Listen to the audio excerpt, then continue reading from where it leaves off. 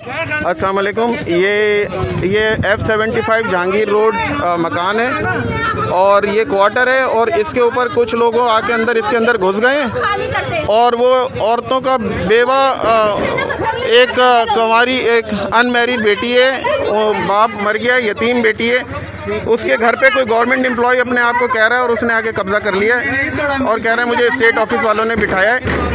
और उस बेटी का सामान भी अंदर है और वो सामान भी नहीं निकालने दे रहे और वो कह रहे हैं कि अब यहाँ से जाओ अपने घर का, उन्होंने ताला लगा दिया है और कब्ज़ा कर लिया है और ये कह रहे हैं कि जो है हमें ये अलॉट हो गया, ना इनके पास कोई पेपर है ना कुछ है।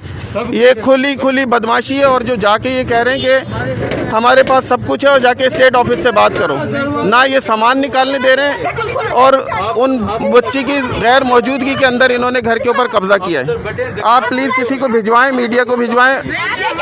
पुलिस को भिजवाएं, किसी को भिजवाएं। ये नाइंसाफ़ी, खुली बदमाशी, खुली नाइंसाफ़ी, ये दरवाज़ा लॉक कर दिया गया है और